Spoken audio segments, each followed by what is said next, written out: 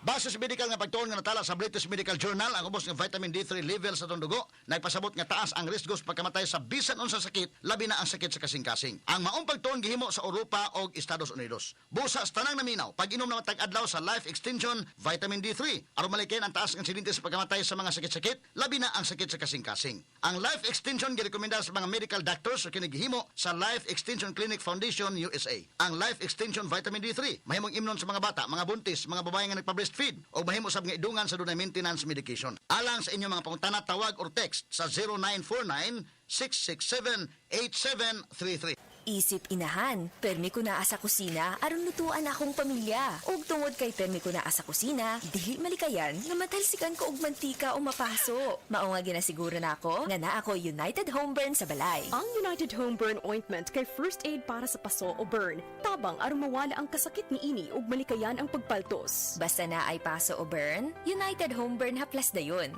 United Home Burn. Unilab yan. Benzocaine, boric acid, and eucalyptus is the generic name of United Home Burn. If symptoms persist, consult your doctor.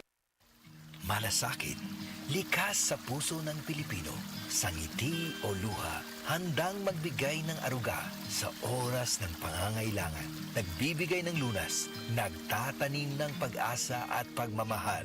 Maging mahabagin kayo sa isa't isa at magpatawad tulad ng pagpapatawad sa inyo ng Diyos.